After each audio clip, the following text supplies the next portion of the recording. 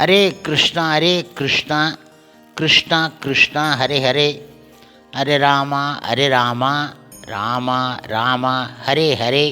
குட்டி கதைகள் 424. இந்த கதையில் திறமையை சோதிப்பதற்கான விளையாட்டு போட்டி ஒன்றை காண்போம். முன்பு ஒரு சமயம் துரோணர் தம்முடைய சீடர்களின் திறமைகளை நாட்டு மக்கள் அறியும் வகையில் நிகழ்ச்சி ஒன்றை ஏற்பாடு செய்தார். அரங்க நிகழ்ச்சியில் முழுமுதற் கடவுள் மற்றும் பரம புருஷ பகவான் ஸ்ரீ கிருஷ்ணரின் தூய பக்தரான தருமரும் பீமனும் அர்ஜுனனும் நகுலன் சகாதேவனும் இருந்தார்கள். கௌரவர்களும் தங்களுடைய திறமைகளை காட்டினார்கள். பீமனும் துரியோதனனும் கதாயுத்தார் போரிட்டார்கள். மற்றும் பலர் வாளை சுழற்றியும் வில் எறிந்தும் திறமையை காட்டி மக்களின் ஆரவாரத்தை கூட்டினார்கள்.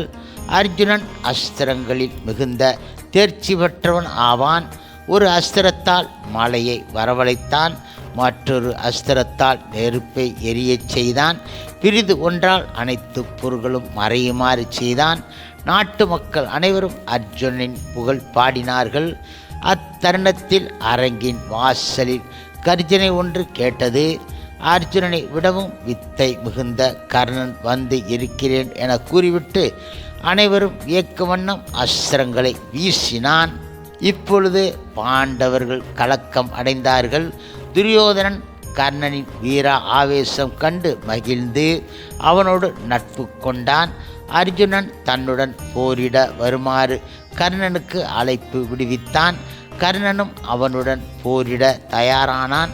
இந்த நிலையில் சபையில் இருந்த கிருபர் ஒரு வினாவை எழுப்பினார்.